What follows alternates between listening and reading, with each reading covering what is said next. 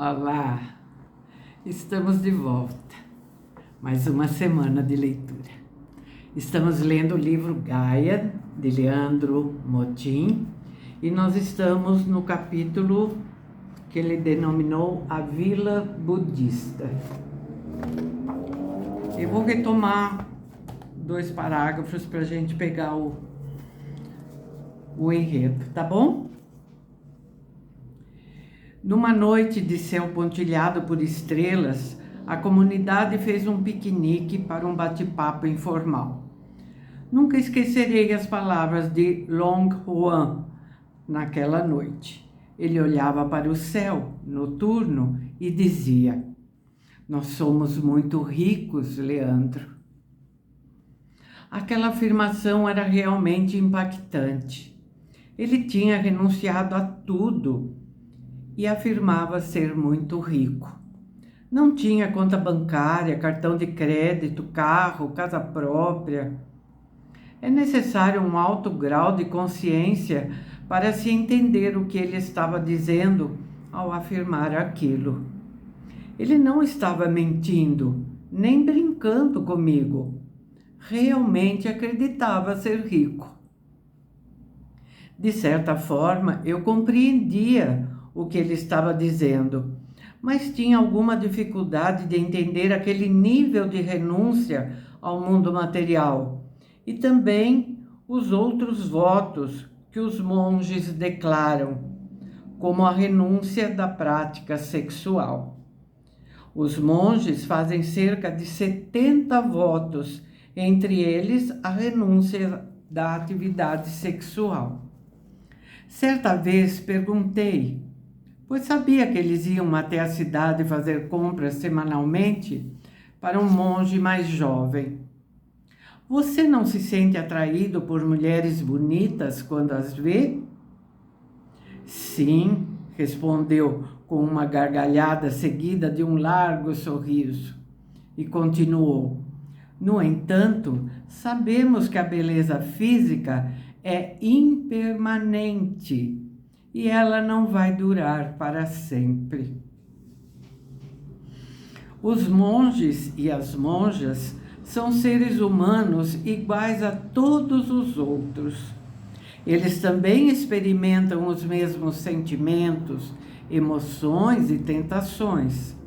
A diferença é que eles observam tudo o que acontece internamente por meio da meditação e vão se tornando cada vez mais lúcidos e conscientes da natureza humana. Tinha conseguido algumas pistas importantes sobre a natureza humana. Entendi que os impulsos sexuais têm uma força biológica muito grande e que mesmo monges sofrem com tentações também. Não precisamos ter vergonha de tais impulsos. O que importa é o que fazemos com eles. Compreendi que a energia sexual é biológica e, ao mesmo tempo, sagrada, mas não consegui compreender como ela é trabalhada em ambientes monásticos para que não seja reprimida. Mesmo com algumas explicações, não me sentia satisfeito com as informações obtidas, até porque a grande maioria das pessoas não escolhe ou não está pronta para o celibato. Inteligentemente, a comunidade monástica, chamada carinhosamente de Sangha, nota de rodapé a respeito dessa palavra. As 3 joias do budismo são o Buda, o Dharma, que são os ensinamentos de Buda, e o Sangha, que é a comunidade monástica. Então, inteligentemente, a comunidade monástica, chamada carinhosamente de Sangha, funciona como um forte ponto de apoio de refúgio e de crescimento mútuo. Refletindo como poderia aplicar aqueles conceitos em sociedade, perguntei a Long Huan se a família poderia funcionar como uma Sangha, no sentido de apoio mútuo. Ele respondeu: isso seria muito útil. Estava aprendendo muito, conversando com os monges, e também observei que na vila budista eles também enfrentam adversidades. Nós temos nossos problemas também, disse-me em determinado momento outro monge. E prosseguiu dizendo: às vezes há discordância entre as monjas e nós, admitiu. E algumas vezes sentimos muita falta de nossos familiares. O contato dos monges com os familiares é mantido, mas a convivência é desfeita. Apesar do sofrimento imposto pela separação, é comum em países asiáticos os pais ficarem orgulhosos quando um filho decide seguir o caminho de Buda. No entanto, o momento que antecede a escolha e a declaração dos votos é dramático. Acompanhei o dia a dia dos aspirantes. Por vezes via nos seus olhos aquele desconforto. Presenciei suas emoções. Por isso, criei um carinho muito grande por aqueles jovens com quem compartilhava o alojamento. Dentro de poucas semanas, iriam participar das cerimônias de iniciação que definiria suas vidas para sempre. Há uma nota de rodapé. Após a declaração dos votos, é possível a desistência da vida monástica. No entanto, o retorno a ela jamais é permitido. Minha semana estava chegando ao fim. Existia apenas uma possibilidade de estender o tempo de permanência. Escrever uma carta para a Sangha, ou seja, para toda a comunidade, que incluía cerca de 150 pessoas. Deveria ter coragem para escrever uma carta aberta a todos.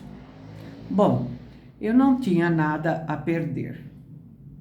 Lembro-me de escrever uma carta que começava assim: Thailand, Plum Village, present moment. Dear Sangha. Sinceramente, às vezes me pergunto o que estou fazendo aqui. Depois, quando acompanho minha respiração, inspirando e expirando, sinto meu coração pedir para a honorável Sangha a permissão de permanecer mais 10 dias junto à comunidade. Fiz o desenho abaixo e fixei a carta no mural. Esse é o desenho.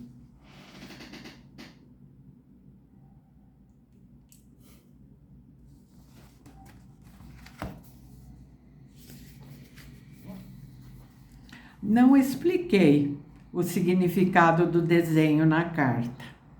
O desenho simbolizava a minha forma de vê-los. Era uma tentativa de dar a eles um feedback de como uma pessoa de fora os via. Durante os cânticos que ocorriam após as meditações, ainda antes do sol nascer, sentia como se uma energia bonita e pura fluísse e se deslocasse de um praticante para outro. E isso se movia em grande círculo, um fenômeno bastante difícil de explicar em palavras. Por isso, fiz o desenho. Ninguém me convidou a sair. Ninguém veio me dizer, você pode ficar. A aprovação foi informal.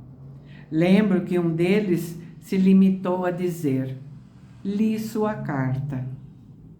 Finalmente outro, para minha alegria, disse que tinha gostado da carta. Entendi que podia ficar e também que aprendia com eles uma nova forma de me comunicar, com mais sutileza e verdade. Tinha mais 10 dias pela frente. Otávio e Mariana foram embora e voltei a ser a única pessoa de fora na comunidade, até a chegada de acho que é assim que fala, Ele era de Ho Chi Minh City, antiga Saigon, no sul do Vietnã. Sua família viveu o terror da guerra do Vietnã e ele me contou como foi essa experiência. Relatou que após a retirada americana, sua cidade foi capturada pelo exército comunista do Vietnã do Norte, em 1975. Antes de isso acontecer, seu pai cavou um buraco embaixo da casa para esconder o dinheiro e as joias. Muitos sul-vietnamitas tentaram resistir ao domínio comunista, mas era impossível. Os refugiados que tentavam escapar pelo mar eram capturados, roubados e mortos por piratas das Filipinas. Que história! Depois da guerra, o budismo foi proibido no país e muitos monges foram assassinados. Relatou-me toda a tristeza de seu pai e a vontade que tinha de vê-lo feliz. Os olhos de Lin expressavam sua luta para superar as dificuldades que a vida lhe impusera. Naquela noite, reunimos-nos com os aspirantes a monge, que tinham o costume de improvisar um bar de chá no deck da varanda, em frente ao dormitório. Ficávamos ali sentados sobre o piso de madeira, rindo e conversando. Lin desenhou o mapa do Vietnã, indicando todos os lugares que eu deveria visitar, incluindo sua casa. Eu enxergava nele um guerreiro da luz e ele me ajudava a confirmar que o sofrimento é um grande professor, por mais irônica que pareça ser essa afirmação.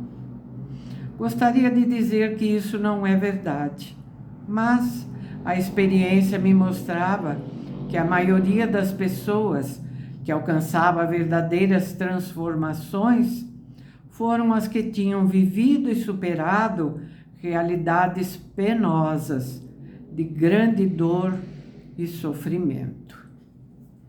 Experimentei uma paz progressiva nos 17 dias que permaneci na Plum Village. Sobretudo, a experiência mais profunda e real foi a percepção de sentir-me at home, ou seja, em casa, centrado e em paz. Como eles chamam, at home. Acho que a paz é o sentimento com que todo o coração humano sonha. O dia da minha despedida estava chegando e meu coração desejava expressar gratidão. Faça seu discurso no domingo após o almoço no Meditation Hall.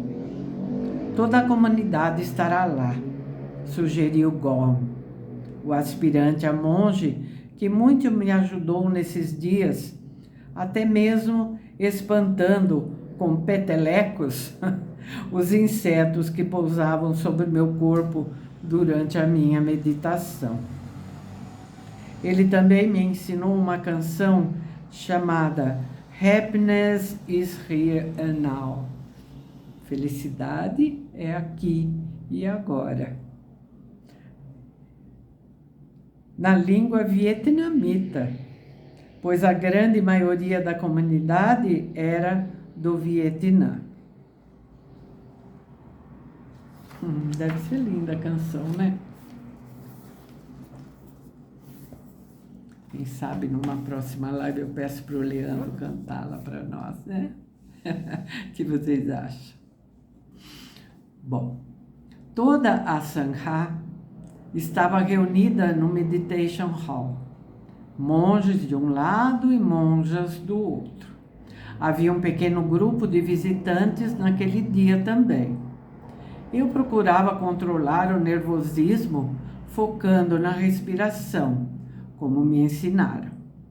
No final da refeição, levantei e caminhei até o início das 2 fileiras. Lembro que estava descalço e vestindo roupas simples, como todos em ambientes monásticos, e isso, de forma um pouco estranha, me fortalecia. Abre aspas. Gostaria de dizer algumas palavras simples de gratidão e compartilhar com vocês 3 insights que tive durante minha estada aqui. O primeiro insight é sobre os ventos da mudança. É em alusão à música do Scorpions, né? Eu mudei, disse. E quando um visitante muda aqui dentro da comunidade, acredito que toda a Sangha é renovada. O segundo insight é sobre a ponte. Muitas pessoas dos países ocidentais seguem a Jesus Cristo. Meu coração pertence a Jesus Cristo, mas aprendi a viver Buda aqui com vocês. Tai certa vez falou sobre essa ponte. Convido vocês todos a contemplá-la também. O terceiro insight é que eu gostaria de expressar a forma como os vejo. Quando falei isso, vi um pequeno movimento afirmativo de cabeça de um dos monges. Olhei-o nos olhos e disse: vejo vocês como ondas num oceano de glória. Fiz uma pequena pausa para que assimilassem a minha afirmação. O restante, só a presença silenciosa que aprendi com eles poderia transmitir. Agora, gostaria de dizer algumas palavras aos aspirantes. Percebi que a comunidade reagiu com alegria naquele momento. Foi divertido, porque os aspirantes são muito amados por todos e tratados como irmãos mais novos. Fiquei muito tocado quando voltei o olhar para os aspirantes que muito tinham me ajudado. Mas segui firme. Eram olhos de inocência de jovens que em poucos dias renunciariam a muitas coisas importantes para qualquer ser humano, justamente para manterem aquela pureza, enquanto amadureceriam para a vida adulta. O dia mais crucial da vida deles estava chegando. Em poucos dias, declarariam os votos numa cerimônia monástica. Desejo a vocês um dia brilhante, que vocês sejam como um girassol brilhando ao sol e que todos estejam na presença do Lord Buda. Muito obrigada por tudo, o que vocês fizeram por mim. Fecha aspas. Finalmente cantei a canção Happiness is Here Now, na língua vietnamita. Ai, que lindo! Desafinei em alguns momentos, mas percebi que tinha surpreendido a todos. Quando terminei, vi uma imagem que nunca se apagará da memória. O sorriso da comunidade monástica, com os braços erguidos e girando as mãos para um lado e para o outro, que é uma forma respeitosa de manifestar uma energia silenciosa de contentamento. Pensou que linda essa cena? Foi um momento incrível da jornada, e eu apenas havia seguido meu coração e as sugestões que apareceram. O discurso não tinha saído exatamente de mim. Tinha a certeza de ter sido guiado por uma força. Recolhi-me na cabana para agradecer. Alguns vieram conversar comigo. Recebi presentes. Naquela noite, brindei com os aspirantes em nosso bar de chá. Lembro ainda que antes de partir, recebi o convite de um dos monges para caminhar e conversar. Quando estávamos em meio à natureza, nas proximidades da cabana de Tai, ele revelou seu segredo na prática do budismo. The key is here, dizia com as duas mãos sobre o abdômen, que se contraía e se expandia. A frase é: a chave está aqui. Então ele dizia isso com as duas mãos sobre o abdômen, que se contraía e se expandia. Ou seja, a chave é a respiração consciente. It is here, dizia para eu não esquecer. Voltei para Bangkok e permaneci uma semana sem vontade de sair do hotel. Lembro-me de receber o e-mail de uma amiga que me perguntava como estava a viagem. Respondi contando-lhe as descobertas sobre a prática que tinha aprendido na vila budista. Ela enviou outro e-mail, parecendo surpresa com o que escrevi, e perguntou se eu não estava usando drogas pesadas em Bangkok. Aqui termina esse capítulo, que nós lemos em 3 partes, e eu vou ler para vocês, antes de encerrar o vídeo, mais um trechinho do poema que o Leandro fez e que ele separou em trechos, né? No transcorrer aqui do livro. O poema chama-se Expedição Vida. Então, vou ler esse trecho. No trajeto, permita-se esvaziar a mochila do passado e atravessar os pântanos da ilusão. O bosque da compreensão leva até o gentil e encantador jardim do perdão. Tu és a semente, a terra que a acolhe e o sol que a aquece. Curiosamente, tu és o jardineiro também. É lindo demais, não é? Bom, ficamos por aqui então hoje. No próximo capítulo,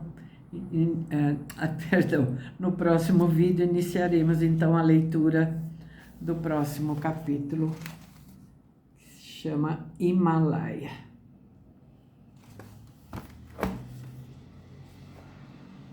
a delicadeza de um gigante de pedra. Himalaia, 2012, 2 anos antes da presente viagem. Então ele esteve no Himalaia antes dessa viagem que ele relata aqui. Mas ele vai contar para nós como foi essa experiência. Tá bom, minha gente? Muito obrigada pela companhia, muito obrigada por acompanharem a leitura, muito obrigada pelos likes que vocês deixam, pelos comentários. Eu leio um por um, respondo um por um e fico muito, muito agradecida. Agradeço também a todos que me ajudam na divulgação do canal, compartilhando os vídeos, contando para as pessoas que esse canal existe e que temos livros maravilhosos aqui para serem ouvidos. Tá bom? Agradeço por tudo, tudo, tudo, tudo, tudo. Tchauzinho, até o próximo vídeo.